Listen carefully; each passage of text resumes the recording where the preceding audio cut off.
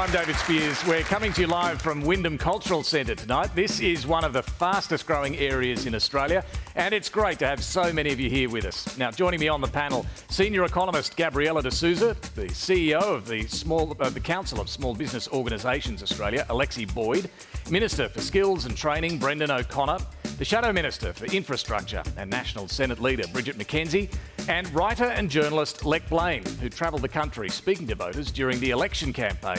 Great to have you all here.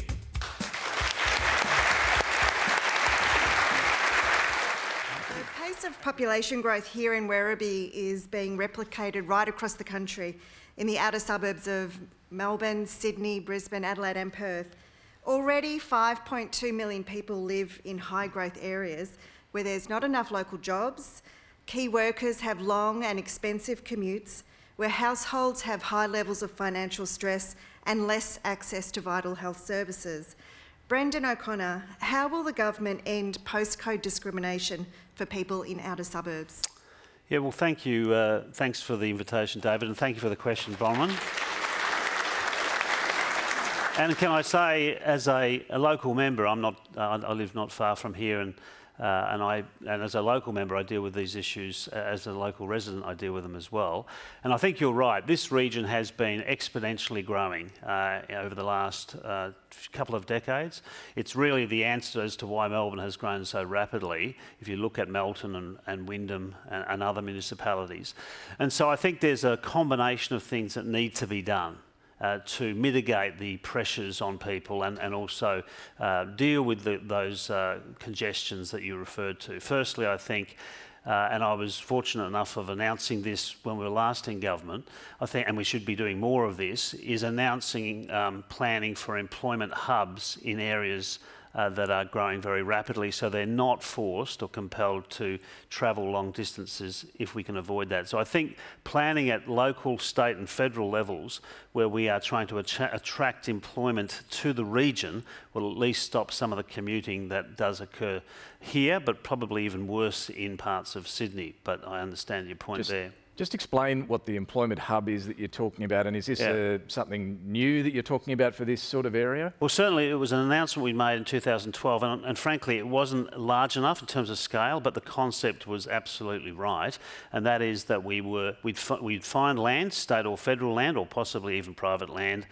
We'd work with other governments and industry and look to invest in those areas so that we could ensure that people that are looking for employment could work much closer to home.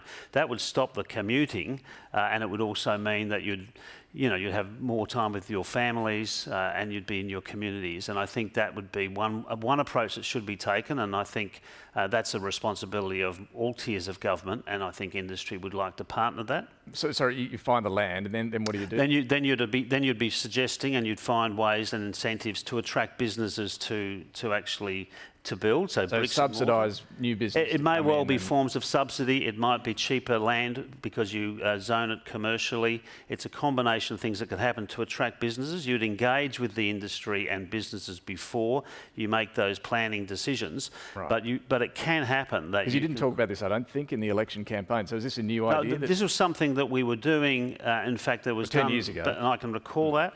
And I just think more of that should have happened over the last decade in terms of Melbourne. And you're going to do it now? Well, I think that's something we should be exploring, and I think that's why I guess I'm responding to that question. Announcing something. And I'm not announcing anything, David, but I do think it's a really important thing that when we look to plan cities, and I do believe we need to plan them better. And as someone who lives in a fast-growing region, so you look at that and you might do something. I think that's something that should be done through a council of governments, through federal, state, and local governments, because of the different responsibilities that each tier of government have working with industry. That's one thing.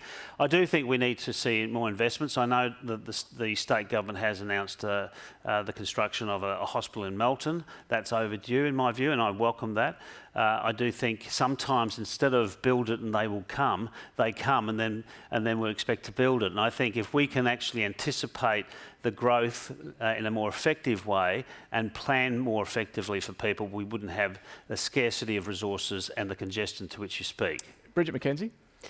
Yeah, well, thank you, Bronwyn, for your question, and it's fantastic to be back in Werribee. You are a young and fast-growing, vibrant city, and if I think back 3 decades ago, you were surrounded by farmland, and it's a very, very different community now with a lot of different pressures and tension, and the sense of community that you may have had for locals versus who you aspire to be now. My understanding is there was a promise 2012, 2013 for the state government to develop this precinct where you've got some great foundational tenants such as Victoria University, such as the Mercy Hospital, I understand, and also facilities for legal firms.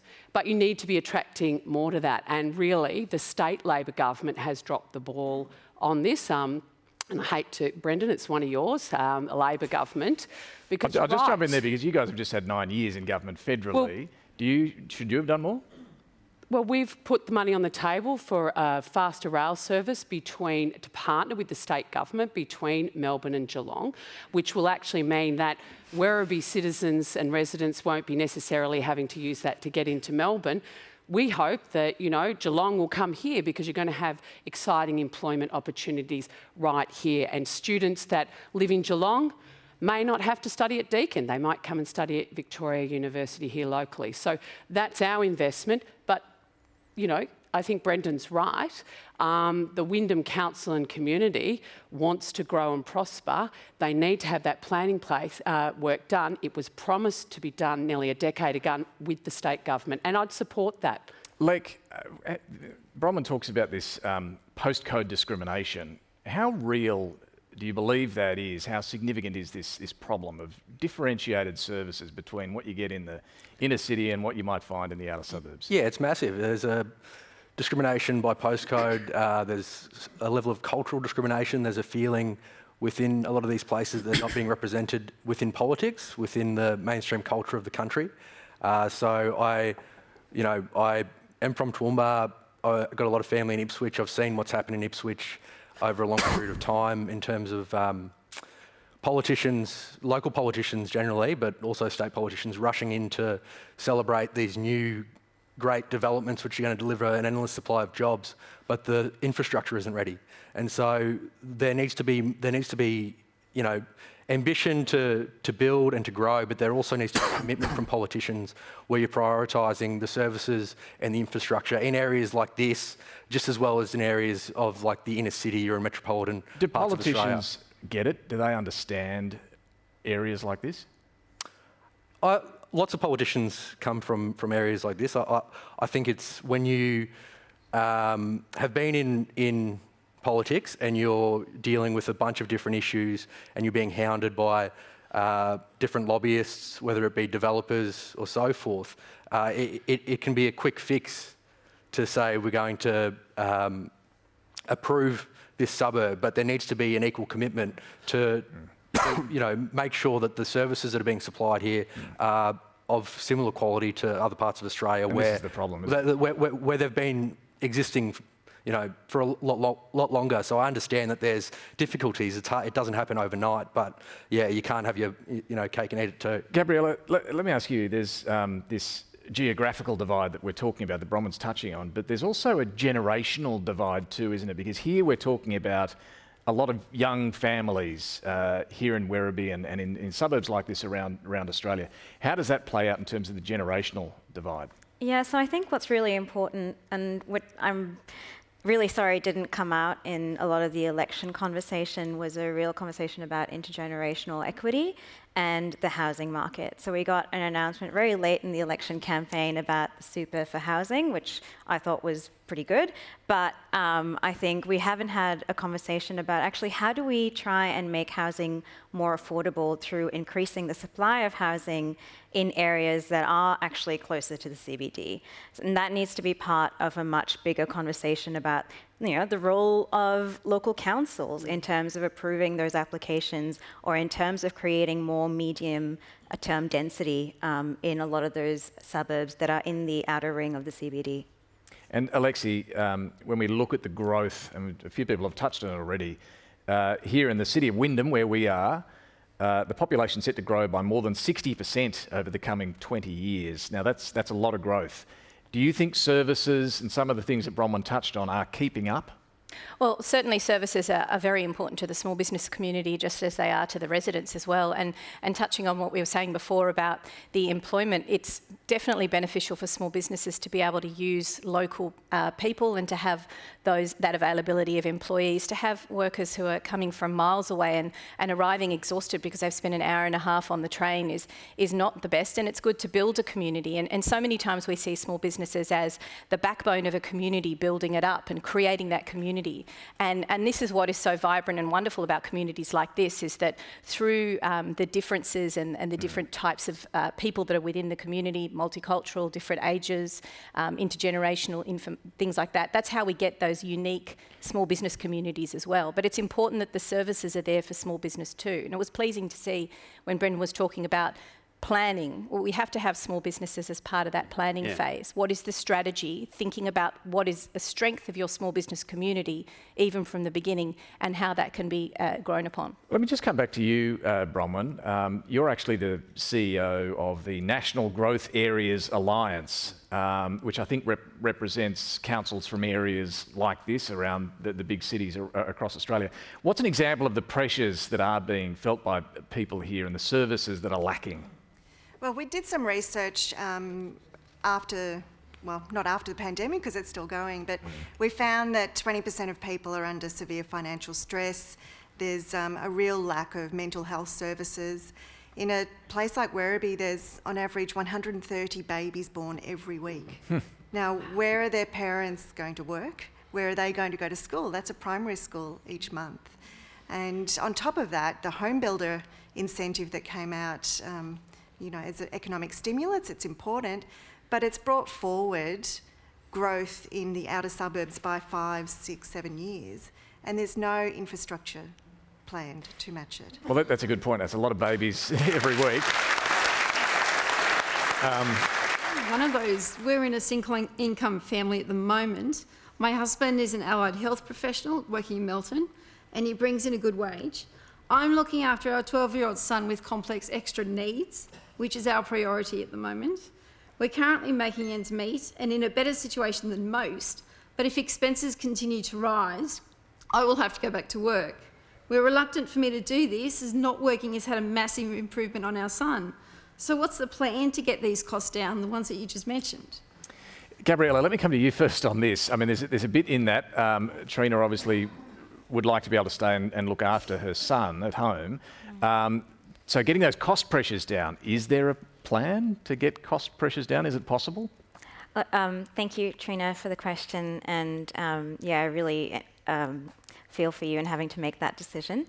I think, we are really in a perfect storm of cost and financial pressure issues. I think, after we came out of lockdowns, I think a lot of us hoped that things would go back to normal, and then we have the spectre of a war and the oil crisis that's the energy crisis that's coming up because of that, and then there's a whole bunch of shipping container-related issues as well that have come up and that have made it increasingly difficult and increasingly expensive for us to get the supplies that we need. And now we've got increasing fuel prices as well. So there's a lot of different fronts, and I feel very sorry for Brendan and his colleagues coming into government at this time, because it is a really difficult set of circumstances to be coming into. Is there anything though, I mean, the Reserve Bank obviously through interest rate rises is hoping to bring inflation down, but is that it? Is that all that can be done? Yeah, so I mean, it's part of monetary policy generally is to ramp up the interest rates when the economy is overactive, and we have actually pumped in a lot of money into the economy over the last couple of years, and that's why it's the demand is so strong, and also the lack of migration as well has definitely played a role. I'm keen to see what happens in the October budget and see what kind of supports may or may not be available by the time that comes around. So we'll see. Alexi, let me ask you, because it's not just families. Small business feel the impact of these rising prices as well. What do you think could be done in Australia to deal with this problem? Well, certainly small businesses at the moment, we talk about the cost of living, the cost of doing business is increasing as well. And it's almost a daily thought process. You've got another thing coming at you, whether it be energy prices going up, the cost of fuel to move your goods around, but also the cost of freight. International freight costs, we know, have been going up 5- and 6-fold, and lots of small businesses import the goods that they need, the inputs that they need to make their goods and services. And that's everybody from hairdressers to manufacturers. And it's a constant, I think, hit of the next wave of problems that are coming on for small businesses. And as a small business person, what we're hearing from small businesses is that you have to make that decision almost on a daily basis. Is today the day that I start to think about examining whether or not I can continue? Is today the day that I put up my prices? Is today the day that I, let staff go? And it's a constant conversation because everything is moving and fluctuating all the time. And that really wears the small business person down. Lech, I think we're really hearing tonight, and particularly through Trina's question there, the strain that families are under right now. This cost of living squeeze is very real and forcing some difficult decisions as to what families should do. Yeah, and I think that the elephant in the corner of the room, and we'll probably talk about it later, is wages. They've been stagnating for a long time. We tend to come at it from the other side sometimes, and we look at all these other ways and solutions, but it seems like the simplest thing that could be done for families is for their wages to be rising in line with, the profits that are being enjoyed by corporations. Certainly, there's been a real shift in the amount of wealth. There's been a massive shift in, even through COVID, it's been exacerbated. So a lot of people who went into COVID without any assets have left COVID without any assets, while a lot of people who do have assets have done quite well during COVID. And so that's put extra pressure on those people at the bottom. And so I think we definitely need to talk about wages and how we can improve them, and how we can improve them for especially low-income workers. Well,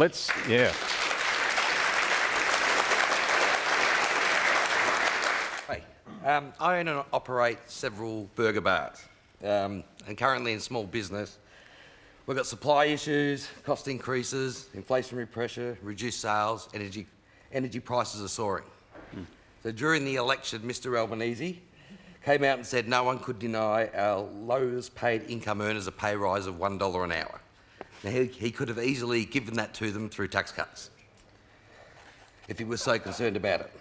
But did Mr Albanese, before he made that promise, did he consult with anyone in small business to see whether we could actually afford a 5.1% pay increase that covers not just the lowest paid workers, but the 2.7 million people that currently paid under an award? Alexi, was your organisation consulted at all? In regards to the wage increase? Yeah, Anthony Albanese backing the wage increase as he did during the campaign. Look, we've had constant conversations with both sides of Parliament in terms of what's happening with what was happening during the election. It's complex. Yes, we had obviously discussions about that, but I actually wanted to ask Chris a question. Chris, have you had a wage rise? This is Luke. Luke, sorry, that's the next question. Luke, have you had a pay rise in, say, the last couple of years as a business owner? Could you say that you've seen an increase in your wages? Certainly not since before all the lockdowns that happened a few years ago. So just to that comment, it's when we're talking about profitability in comparison with wages, the ABS data said in May that only 14% of small businesses saw an increase in their income for that period. Now that's a tiny, minuscule amount compared to the number of businesses that are out there and the number of employees that they also look after. So I think the profitability question needs to be divided. You can't just look at the profits of BHP and Wesfarmers and Woolworths and Coles, all of which have been essential businesses and been able to operate at full capacity throughout the COVID period, and compare them with the profitability of small. If we don't start looking at the data properly and looking at the impact of wages on small businesses, then it's skewed. And I think that that's a really important part. When we're having these discussions about wages and the way that they increase and the impact that they have on the biggest employer, which is small businesses, those conversations need to be the case. But are you saying, I know you said you respect the independence of the umpire, the Fair Work Commission here. Are you saying that 5.2% increase for the lowest paid was too much? What I'm saying is that a small business owner looks at that in the capacity of how they're running a business now. If we were having a conversation just about wages and nothing else, then that would be a completely different conversation. But it's in the economic conditions that small business So given those themselves conditions, is there a business that you think really can't afford that 5.2%? But every small business along the way is going to be affected. And whether or not they're paying above award and therefore don't have to raise it by 5.2% because they're already increased. But you represent small business. Have any of your members said, we can't afford 5.2%? Yes. Yes, many of those who have minimum award. So what's happening to them? Are they having to close? Absolutely. I mean, you only have to walk down the main street and say, we're not open on Sundays. That's 1/7 of your income gone, often more than 1/7. Or we're not operating because we're not offering on-table service. We're only doing takeaways at the moment because of worker shortages, because of these increased costs. So, Brendan O'Connor, what do you say to that? Oh, look, I think it's a really difficult decision, and that's why ultimately the decision wasn't made by the government.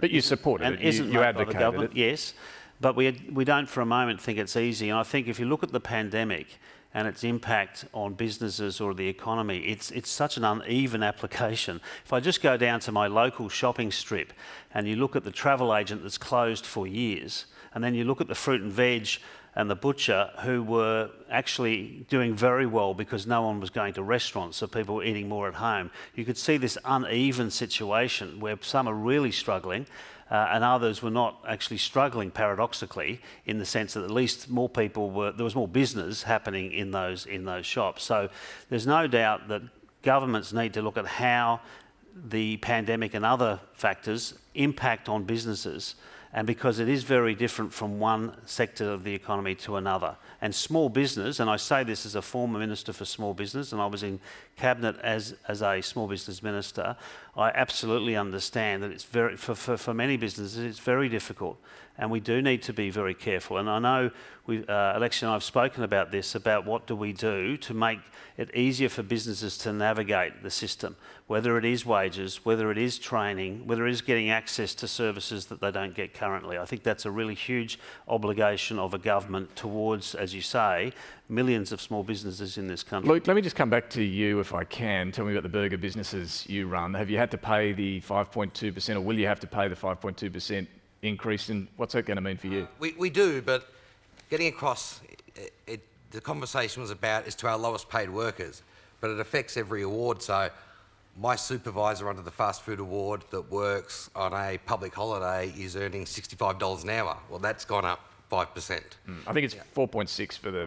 Whatever, but it's everything gone up. But I think the conversation of the $1 an hour to the lowest paid workers isn't true. And I think it's easy for the government to say that when they're spending someone else's money. They're making a commitment, and I've got to pay for it.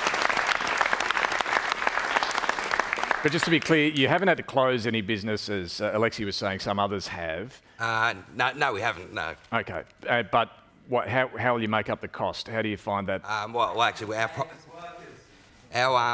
prices, it's not only that wage increase, we said all the other costs, so our prices are going to have to go up from 1st of July. I mean, there's another 0.5% increase in super contributions that comes in 1st of July. And yeah, we're under pressure. I run a burger bar, I can't get any lettuce, for example. Yeah, all costs. So we've absorbed it all year, but we've got to pass it on. But my worry is, well, the public out there is already feeling the pressure of inflation. How much will my customers bear?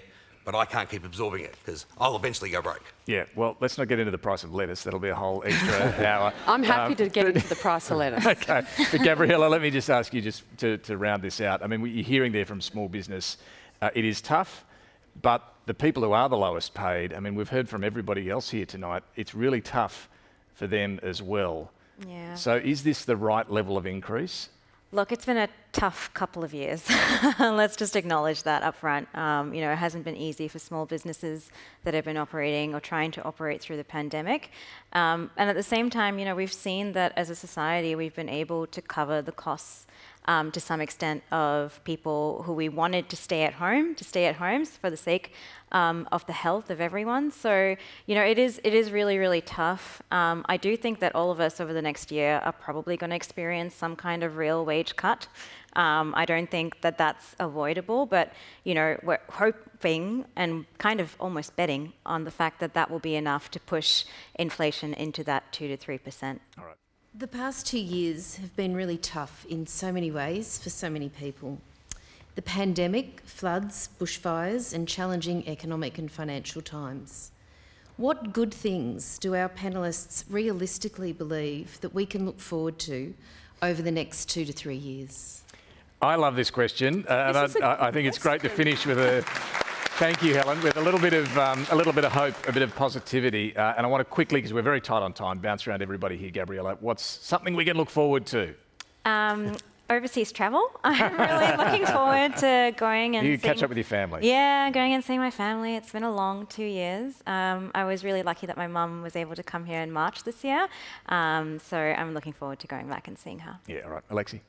I think we should celebrate what a small business means to community and celebrate what they've done to support community through all of those, those disasters, and in turn keep building up that community spirit through small businesses. There's a lot to be celebrated. They bring people together. They bring a lot of us all here in the audience got our first jobs in a small business. We're proud of small businesses in our community that do well. We want to see them do well, and in turn they help the community flourish. So I think that there's an opportunity here for the next couple of years to continue to support small business and continue to keep them in community and keep those communities unique. Let's not see them become this homogenous big business shop fronts. Let's keep small business in community. All right. Brendan O'Connor.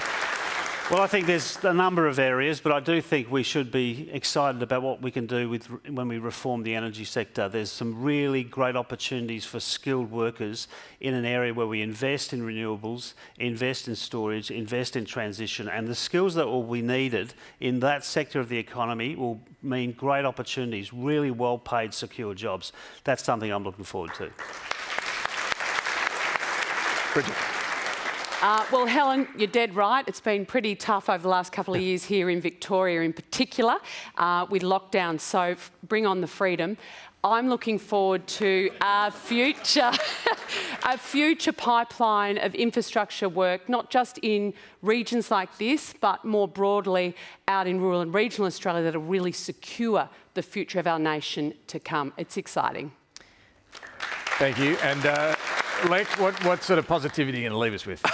I'm an optimistic person, so I'm really. You won't be surprised to hear that I'm really looking forward to see how the Parliament plays out. I think that it's going to be a very interesting few years, and there's new competition. Major parties are going to have to innovate and reconnect and re-engage, and I think that's a good thing for democracy. I think there's more people getting involved, and so I think that the more that the major parties can reach out and try and change what they've been doing in terms of the grassroots sort of stuff, I think that's great. And so, yeah, I'm looking to see that and all of the above in Parliament. I like it. All right. Well, that's all we have time for tonight. Thanks to our panel, Gabriela D'Souza, Alexi Boyd, Brendan O'Connor, Bridget McKenzie and Lech Blaine.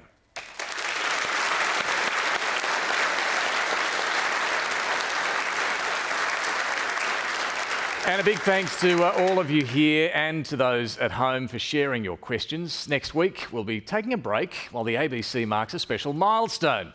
Yes, the ABC is turning 90 this year and is inviting you to join the party with ABC 90 Celebrate, a live 2-hour television event next Thursday, kicking off at 8 p.m. And you can join me on Sunday morning for Insiders. Until then, good night.